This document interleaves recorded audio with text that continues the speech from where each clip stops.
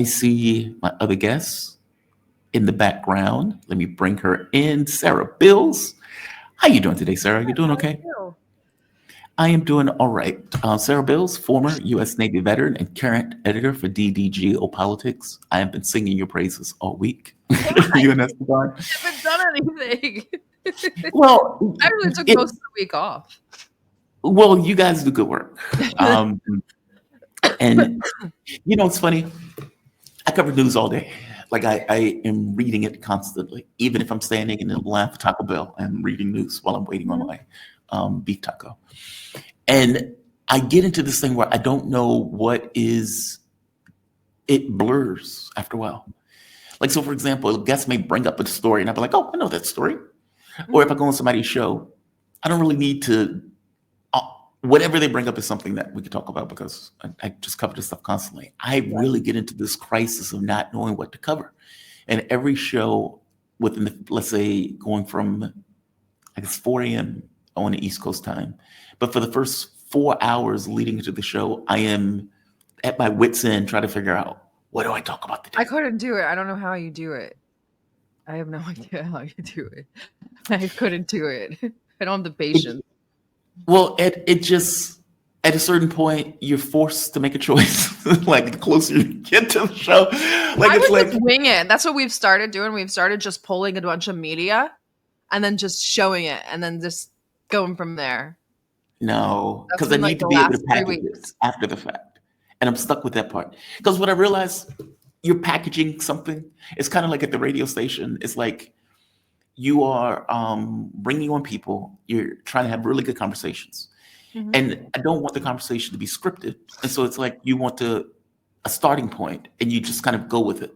But at the end of it, you have to say, okay, well, what can I call this that's interesting to people after the fact? And hopefully the conversation was interesting where you can sell it. And so it's like when you setting up the tenor of the show, you at the very least have to have an idea of what I want to talk about with the very specific guests. I hope that makes Oh, sense. yeah, you could do guests and all that. I don't do that. You don't do guests? No. Well, because a guest makes it. Once in a while we do, but no. I'm informed by my guests. Like I learn stuff from them, Yeah. and it's interesting for me to talk to them. Like Mark, Mark's workable point of view has been probably more right in the political space than I think anybody else has gone back for several years.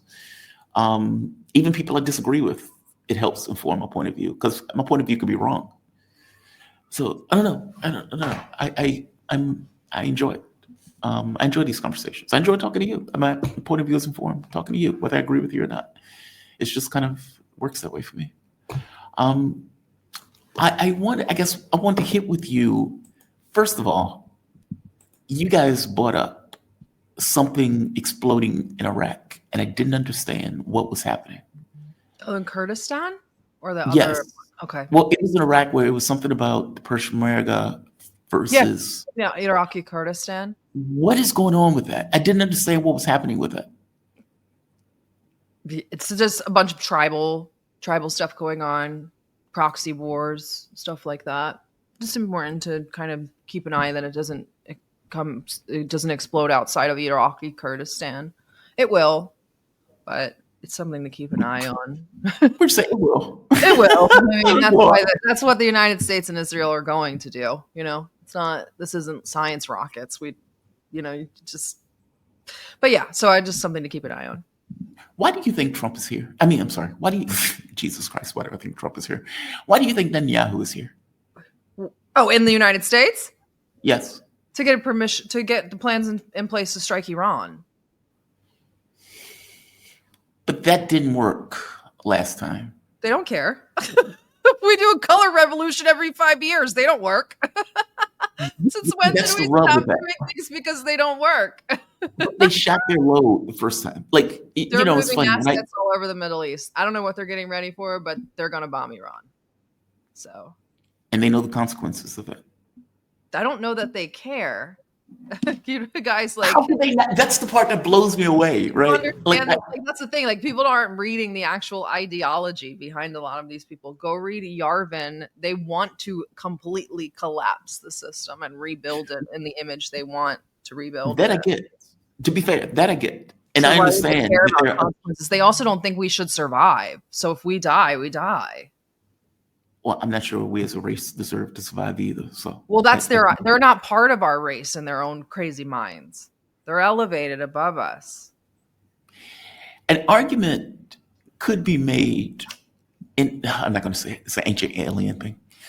I used to have conversations with people, and from my point of view, it was like, well, obviously they're going to attack Iran. It's like this Right. just seems obvious. We went to the Pentagon yesterday. The baby spent hours at the Pentagon. They're going Yeah. to attack Iran. I guess my thing is that has always been what the United States has wanted going back for the last 20 something years. And now they have the opportunity to do it. I think from my point of view, I mean, though, attacking Iran is something we wanted to do. yeah, we wanted to Yeah, end and Donald the Trump is like, I need, like, he wants to get these big wins, right? These huge anticipated wins. So something like that, you said the last 20 years, he's always going to be like, I'm going to tie up that loose end that no one else has been able to tie up. I'm going to get it done. agreed. And they That's tried. And I think I strongly suspect, I wish I could be a fly on the wall, but I strongly suspect what they told Donald Trump was the US doesn't have to have his hands on it.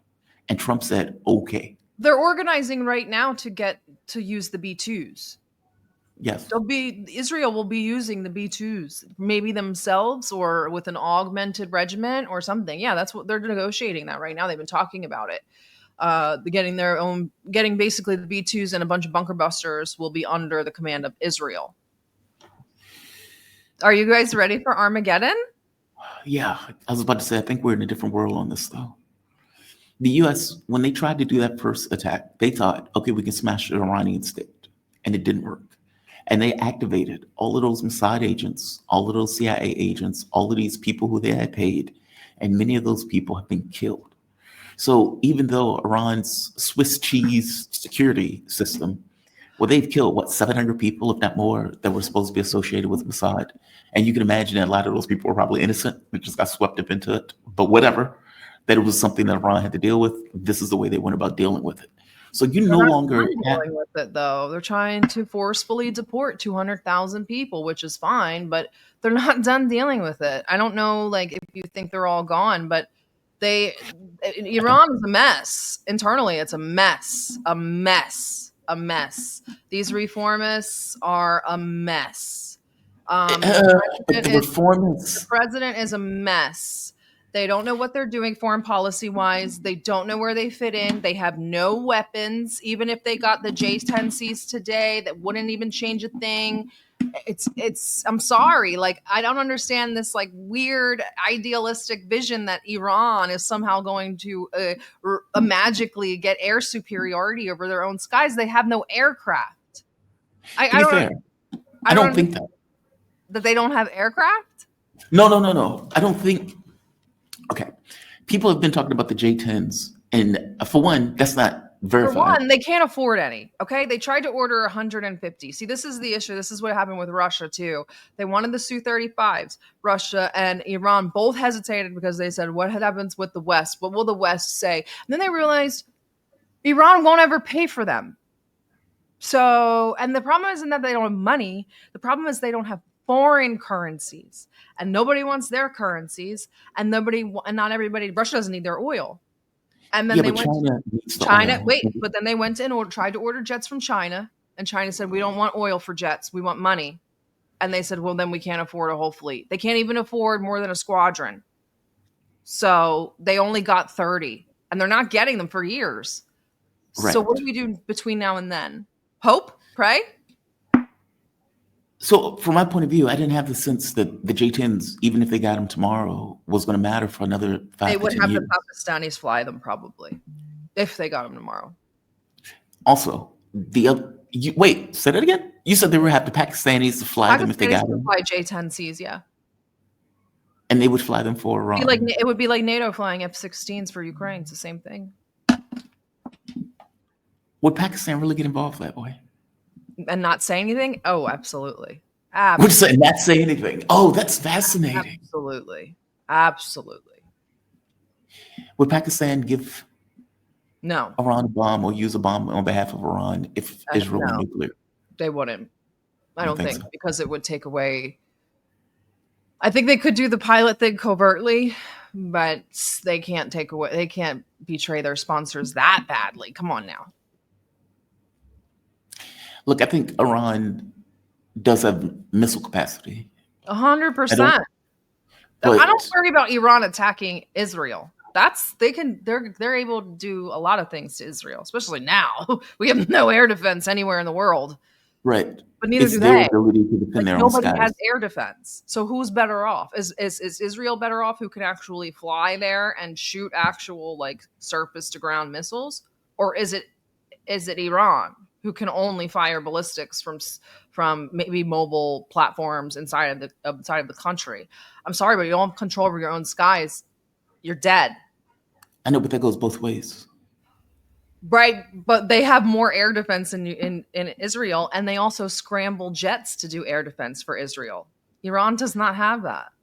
It didn't stop Iran from pounding the shit out of them, though. I guess my thing is this: if, let's say, Iran, and I guess this was why the thing is so wild to me. Iran can Every pound time, the shit out of Israel till it's flat, and it wouldn't matter. Like, we'll still go to war with Iran. oh, you mean the United States will go to war with Yes. Iran? Like, I don't. That doesn't. One thing doesn't. It's not mutually exclusive. They're not gonna say, but we better not bomb Iran because they're gonna bomb Israel. You think they give a shit about the people who live in Israel? A little bit more than they care about us, but not that much. That before there was like Israel is a platform, and it's like, yeah, but the people don't know that. It's well, that's on them for not knowing. Not knowing that. I mean, It's like it's not about you, man. It's like it's not about your vision. There are human shields. They're the human shields for American foreign policy. And so not to give them and put them in a victim placemat, but I mean, it's just And you really believe Trump?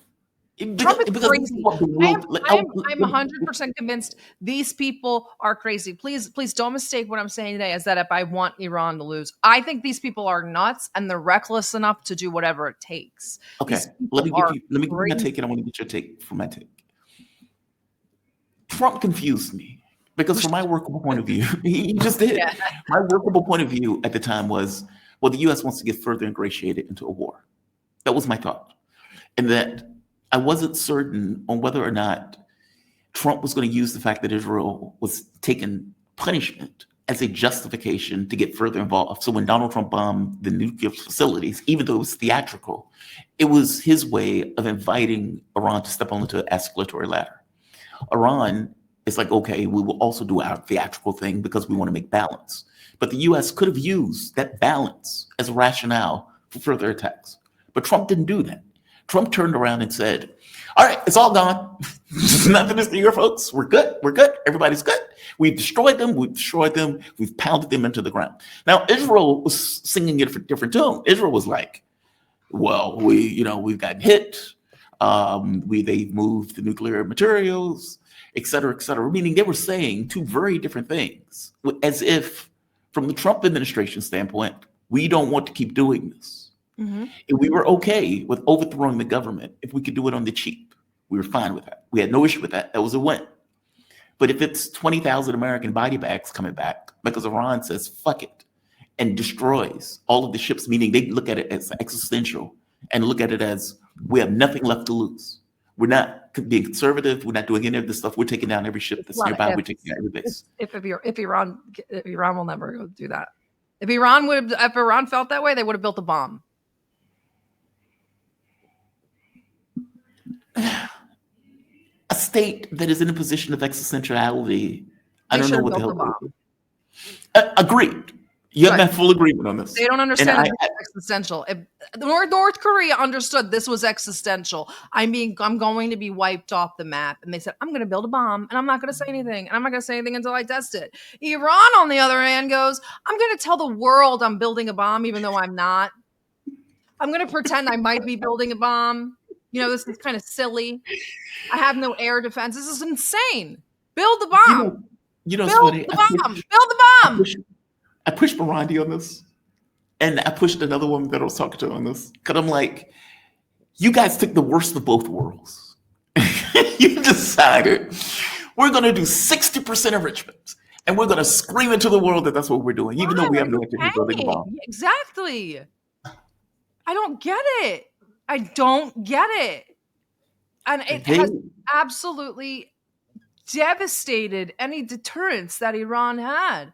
We were warning them leading up to this with True Promise 2. We said that after True Promise 2 happened, myself and Syrian Girl, when I say we, it's mostly myself and Syrian Girl, both agreed. I said, this didn't establish deterrence. no, They have no. got to establish deterrence. Strategic patience is actually going to do the opposite. And it did. Now they have no deterrence, no air defense, and no bomb.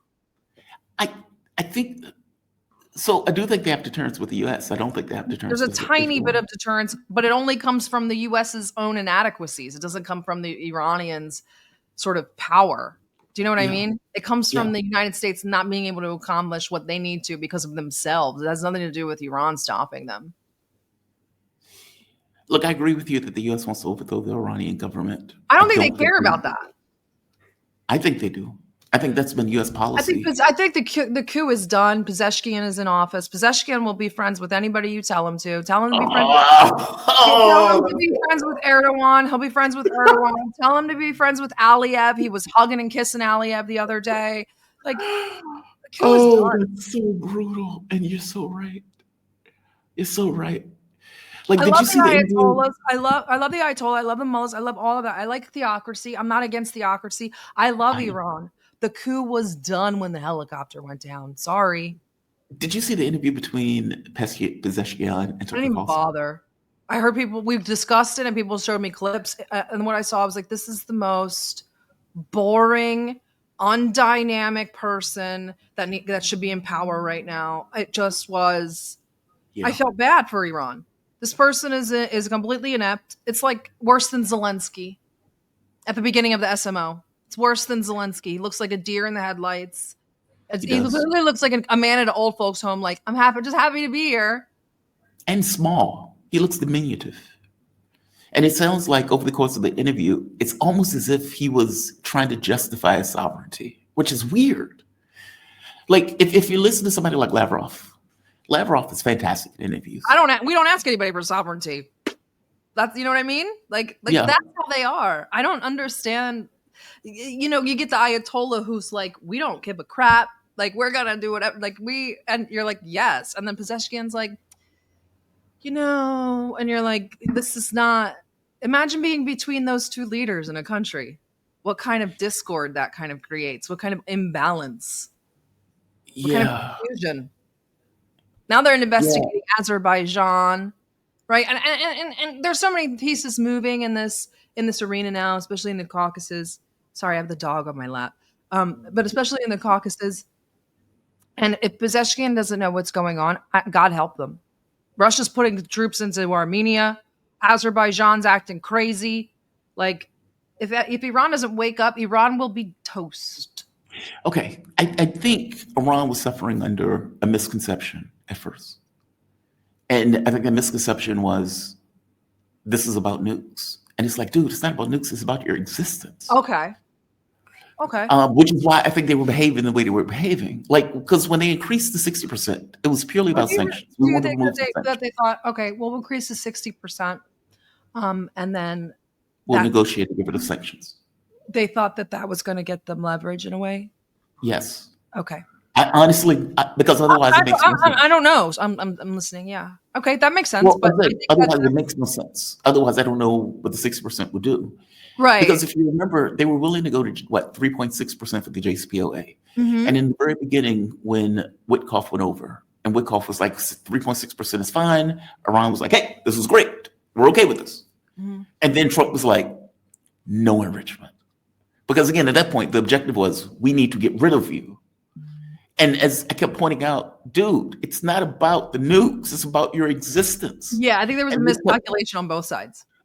Yeah. I mean, they kept treating it wrong about enrichment. And that wasn't the case.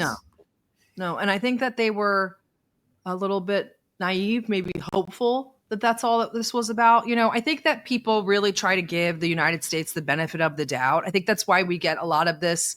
I'm not talking about us. I'm talking about international community. That's why we get a lot of this, you know, it'll be different this time. You know, this time it's not, you know, that's why we get a lot of this. I think people really do want to give America the benefit of the doubt. I really do. Even with Mark Bar America on all of that, I do. And that gets them into a lot of trouble. It's like Iran says, I'll enrich to 60. It'll give me leverage and it'll give me a negotiating place. And in a normal scenario, yes, absolutely. We're no longer in a normal scenario. It's interesting. We were talking yesterday. Well, I was listening, actually. I wasn't talking, but they were having a conversation and arguing. Somebody was like, we're in bipolarity and we're never going to get out of unipolarity. And I was like, you know what? I was thinking, I'm like, we're in multipolarity right now. Yes. Because, multipolarity, I think people have this weird idea that multipolarity is going to be like this utopia where we all kind of sing Kumbaya. It's actually going to be the opposite, at least for the beginning. It's going to be anarchy with no no central sort of law, nothing governing everybody. That's literally where we are. We're literally in multipolarity where everybody's fighting for themselves. It's probably going to get worse as the UN really does collapse and stuff like this. So that we're already there. And I think, yeah, it really, really is. And I think that leads to a lot of these, I don't want to say smaller because they're not smaller in stature or history or anything, but smaller in the sense of politically smaller. They're not loud. They're not gregarious. They kind of wind up getting swooped up into it. And I also think there's a big misconception about Iran to where we know them as a very pragmatic and very reasonable because we talk to them. That they're very smart people and that too pragmatic, too reasonable. Too reasonable. So patient and so reasonable. And the image in the United States in the normies is the complete opposite. They think that these people are frothing at the mouth to kill Americans. And you're like, it couldn't be further from the truth. No. It couldn't be further from that. And I think that adds a lot to it. And people always forget that our politicians, they're not like the politicians in other countries. They're not like Lavrov, who has been groomed since college to actually be a diplomat. These are guys that were doing coke and keg stands in law school. Okay, they're regular people. There's nothing special about these people. What do you think distinguishes Pete Hegseth's beliefs about Iran from the guy who lives next door to you? Not really a whole lot. Nothing. So the guy next door to you was like, they shout death to America, right? I want to kill people that say that. Well, guess what? That's exactly what Pete Hegseth thinks because that's how short-minded and ridiculous these people are. Yeah. Yeah, the Iranian thing is frustrating. And I feel like a vulgar American when I'm talking to one. For sure. Like, we're like, build them up. Well, because I live here, right? Like, this is my mindset.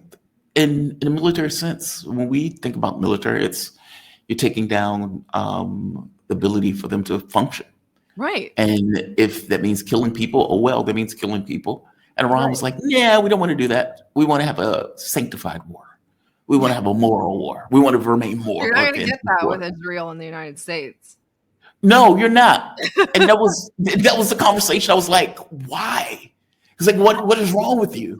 They're blowing up your hospitals. And they're like, yeah, but we don't want to resort to that. We want to remain moral. We've shifted the argument to this point where it's like they can't build the bomb because they're going to bomb us if they build it, which is not why even the government wants them to not build the bomb. That's like another thing that has kind of pushed this thing further along.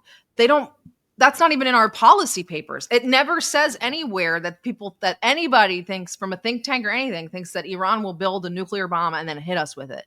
They don't want Iran to have a nuclear bomb because they don't want it to have sovereignty and deterrence. Exactly. That's all it is. It has nothing to do with them being afraid of bombing us or hurting anybody else. It has to do with they would be able to make choices in their region and their AOR that we don't want them making.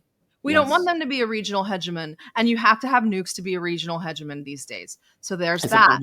To what's her name? People don't build a bomb to use it. They build it in order to show the world that Why they got it. Why didn't North Korea build the bomb?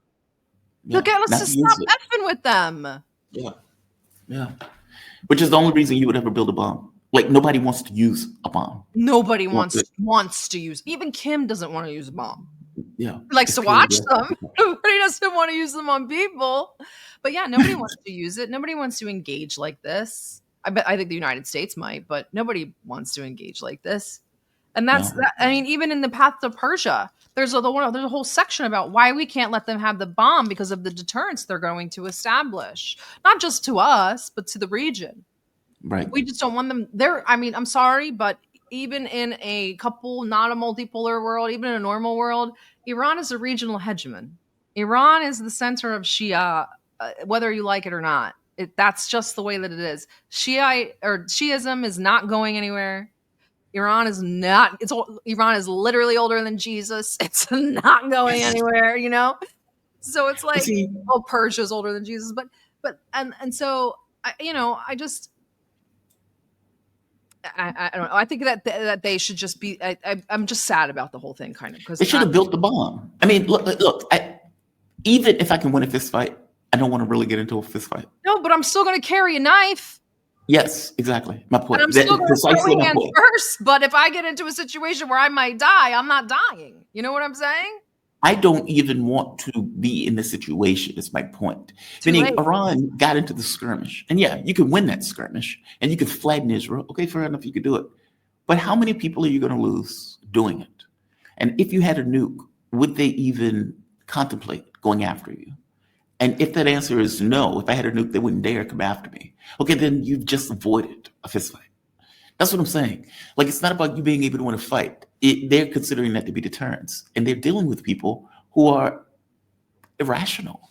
As you pointed out, they don't give a shit if they flatten Israel. I mean, and I remember I used to have conversations with people like, but they know Iran is going to hit them, right? Like, they know that they're going to get flattened, right? It's like, oh, well. It's like, what do you mean, oh, well? It's a country of 8 million people. Yeah, but Versus like, a country of one 90 Israeli million. is worth 3,000 Americans, but 3,000 Americans aren't worth anything to these people. So what's 3,000 times zero? It's still zero. Like, Yeah. we're not worth anything to these people.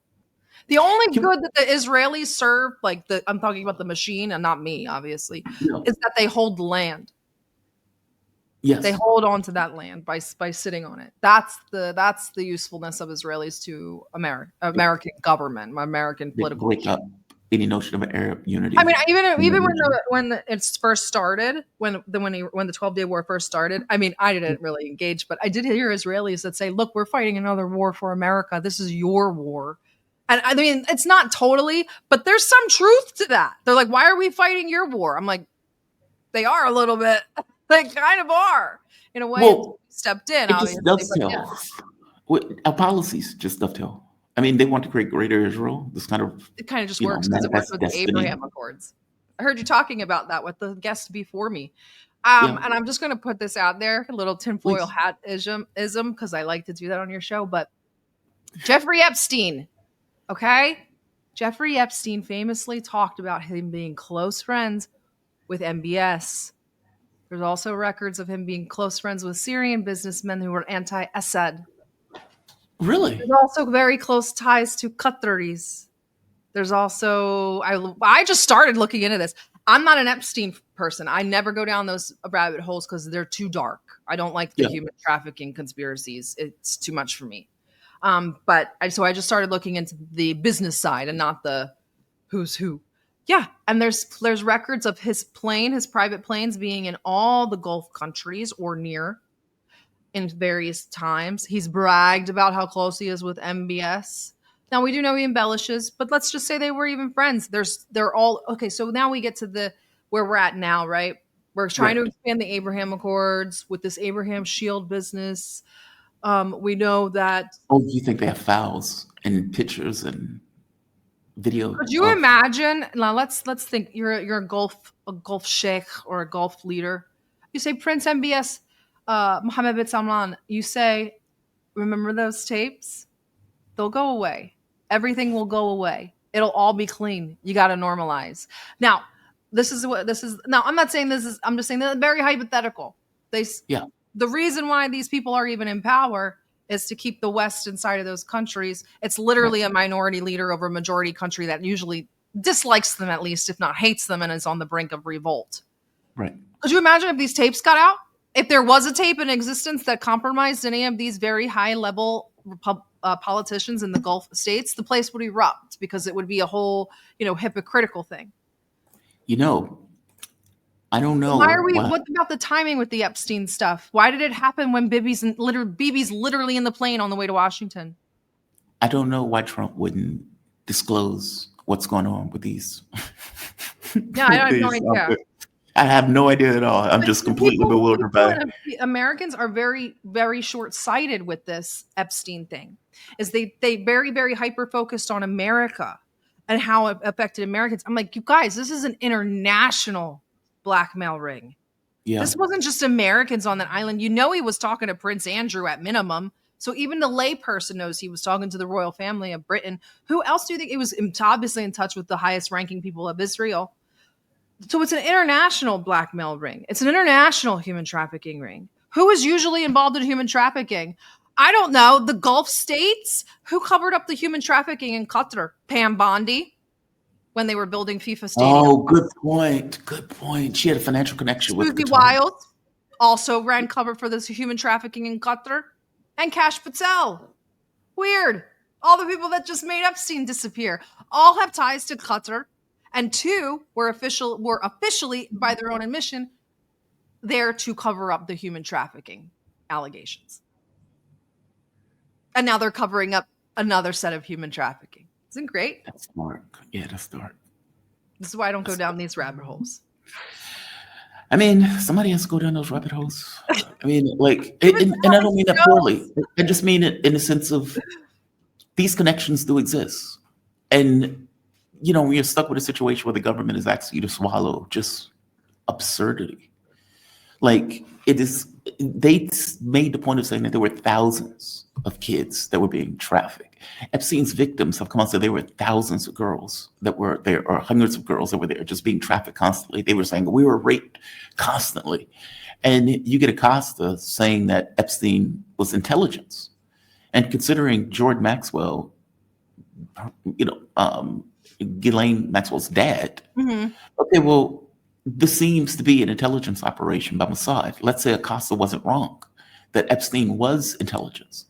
Okay, well, that's pretty grotesque. I mean, there was a document that came out the other day that was showing Epstein turn evidence in Wall Street. I saw that. And that they effectively let him just keep going with what he was doing for like 10 more years. Yeah, and now, I mean, it's clear that he was some sort of patsy, but now it's very much like, well, we could just put all the sins on Epstein. He was just a weird guy, and he's gone. Yeah. Now the case is gone, and so are all of our sins. What does Bondi say? And like people are like, you know, this is how they get us. They get us into these arguments about stuff that doesn't matter. Like, well, it does matter. But like, if they're like, they get you off on these like weird little arguments. Why? Because you think Trump's on the list? I'm like, I don't care. Like what? Like, you know what I mean? Or they're like, the new phrase is, why are you worried about something you can't control? Okay, well, that's well, fuck's sake. Man. That's the case why we're here. Like, yeah. But like, so it's this very weird mental gymnastics. But I think that this is much bigger than people, and people already think it's big. But I think they think it's big for the wrong reasons. What happened to the victims is horrible. Goes heavy into this. Yeah, they deserve justice. They absolutely do. But that's where you get bogged down. They get you bogged down in the emotionality of it because it's horrible. It's dark. Yeah. It's violent. But there are tangible political moves. Why do you think they even did it? Just to have sex with kids? That's not why they blackmailed people. It was able to be in compromising positions so they could use it against them later. And now they're gone. So what did they do with all of that leverage they had? How did they use it? They spent it somewhere. They weren't going to get rid of it for free. Where did they spend it? Let's see what happens with the Abraham Accords. Don't forget, the Gulf states handed billions over to the Trumps. Billions. Do you think Saudi Arabia is going to end up being part of this? 100%. 100%. Witkoff is now saying definite Syria, obviously. Most likely Lebanon, because they don't have a choice. And Qatar. Yeah, Lebanon can't even fire a shot in anger of an occupier. Like they're being invaded, and the military can't even, you know. They have ISIS now. They have ISIS again. Yeah. ISIS, whatever they are. American or Western-backed proxy terrorists, whatever they are. We're calling them ISIS. Yeah. You mean in Syria that effectively and Lebanon. We found them in Lebanon. Patrick Henningsen just wrote a big article about ISIS in Lebanon. Well, Lath did point out that the U.S. was going to use ISIS to effectively attack Lebanon. Uh-huh. Well, what they The- said is they said to Shara, they said all yeah. these foreign fighters you had to help you take Damascus, you got to get them gone. But Yes. we have an idea. We'll get them gone for you. We'll use them as a regional army. And Yeah. Shara, and that actually elevates Shara because it's like you're going to be our sort of regional warlord. You're now the new safekeeper of all of this chaos. And I can't keep forgetting the guy's name. He's either ambassador. Al-Jilani. No. The guy who spoke to Al-Jilani, some lower level, not lower level, ambassador or envoy or something. Wasn't with call for anybody we talk about normally. But they even said, he said, you're now a regional leader. You need to step up, like a dad talking to his son, kind of like a pep talk. Like, here we go. We need your dogs to go and, exactly kill people that. in these other places. And they can't keep them in Syria because they're wreaking havoc. They're absolutely wreaking havoc. Well, and they are murdering people left and right. Left and right. Bombing churches, murdering priests, taking Alawite girls hostage, stealing them just like they did the Yazidis. Nobody cares. Did you see the 10-year-old girl Assad. who they got impregnated? And like 10-year-old on the street? This stuff, like, it is enraging. Uh-huh. It is enraging because from my point of view, we do this. It's what we do in this country, meaning we pay for it. This is what we do around the world. We got a 10-year-old on the streets of Syria pregnant by our whatever, and we're getting rid of sex trafficking lists. This is where we're at. This is where we are as a country. And Alan Dershowitz is on all the time talking about how we should lower the age of consent. We're very sick. We're on a very dark path. I don't want to get started on that topic because that old fuck needs to die. And he is on that list, by the way. No, 100%. A bunch of more than hundreds of times. Apparently, he didn't take off his socks. He's asking for his underwear. He's asking for Ghislaine for a pardon. I'm like, really? You think that this is the move right now for you? These people have no shame. No shame. He thinks so. He's like, man, there's something wrong with the age of consent. It should be much lower. He did. He said 15, 16, 17. What the hell? He has plans, obviously. They all do. They all have plans. And it comes from this weird libertarian, Yarvinite, transhumanist ideology. They're like techno-libertarians, so techno-fascists. They're like ANCAPs, anarcho-capitalists. Is that transhumanist, though? I mean, that's just a fucking pedophile. It is, because it becomes about how a person has autonomy over their body and they can make any decisions about their body. I mean, watch Peter Thiel's last interview with the New York Times. He says, the problem with this transgender stuff is it doesn't go far enough. We don't just want to switch out your genitals. We want to switch out your brain. We want to switch out your heart. We want to switch out whatever you want to switch out. They basically want to make you a modular being, and it's about having complete autonomy. So that also engages in the conversation about the age of consent and can kids consent to hormone blockers? Can they consent to sex? Can they consent to this? And their argument is yes. Yes, they can, because nobody has more autonomy over your body than you. I know, but that's just pedophilia. Like, meaning whatever. No. It's transhumanism and we're technocrats. We're the elite. It's not pedophilia. Not pedophilia. What do they call themselves? Evophiles. Evophiles? I know, but a 12-year. No. That's a teenager, Jamarl. That's a teenager. That's a woman. If she had her period, is she menstruating? It's a woman. That is an ideological point of view, and nobody will see a 12-year-old as a child, short of a pedophile. Meaning, I'm trying to make the point of saying anybody can take any position that they want about anything. It doesn't make them right. Oh, 100%. And just because somebody can say, well, I'm a transhumanist. God bless you. But at the age of 12, you're still a child. God wants God to bless that. I'm trying to make the point of saying anybody can think it. Like George Bush could say, yeah, waterboarding is enhanced interrogation. Okay, but is it? Like, meaning at this point, we're quibbling about reality itself. And a person with a vested self-interest. They're going to change reality. That's what I'm getting at. Is that they're already deconstructing the norms, right? They've already dehumanized us. This could bring us back full circle. Not making us, but allowing us to watch Gaza while they did this to Gaza, aside from the horrific things that it has put the Palestinians through. Think about what it's done to the psyche of the international community, especially the Westerners who are not used to seeing this. It dehumanizes you. without you even knowing it. Because you have Maybe to not. make it dehumanize the Palestinians, because you wouldn't be able to live with that sort of guilt or seeing that constantly. You have to dehumanize them in some way. It's not a far jump from dehumanizing Palestinians to then dehumanizing other Americans or Mexicans or Chinese people. That's not a far leap. Once they got us to dehumanize them and then ourselves, they can do whatever they want to us. Elon has already said basically, like, I want the AI because I want to control the narrative, like the story. And if you Yes. have AI, they'll use you for reference. And now you can actually rewrite the truth. And that's what these people want to do. And Yeah, I that's know, but part that's of just media. Like media has done that forever. this isn't just Like media. well, I'm just saying media has rewritten the narrative forever. No, Political this rhetoric Grok is has not media. Grok is now a reference tool that people use to look things up. So if I someone don't says reference if Grok. someone says, well, you're not the norm, because it's the majority of people use AI to research now, and the AI will tell you what it wants to tell you. Yeah, but I think those people are out of their minds. The only thing that a computer can tell Yeah, you but is the point of view. they're the majority. We're not. Those people are just lazy. The reality of it is the only thing an AI can tell you is what it's been programmed to tell you, and most likely it's going to be cut in the direction of the creator of that That's AI. the point. That's not truth. That's the point.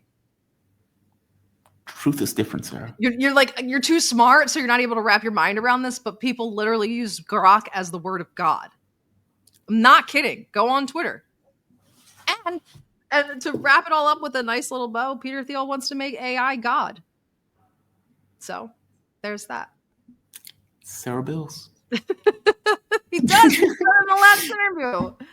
There's a book called God, the God Maker. Actually, this takes us closer to God, because God wants you to transform yourself. Think about how warped that is.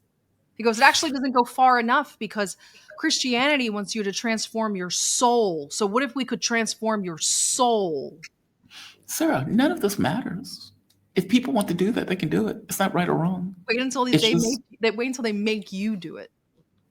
Well, that's the catch of make is the issue. I mean, there's one thing, like society is fluid, right? Society can be whatever society wants as long as it's the energy that's in it is sustainable. And so if a person wants to, look, I get it. I do understand it.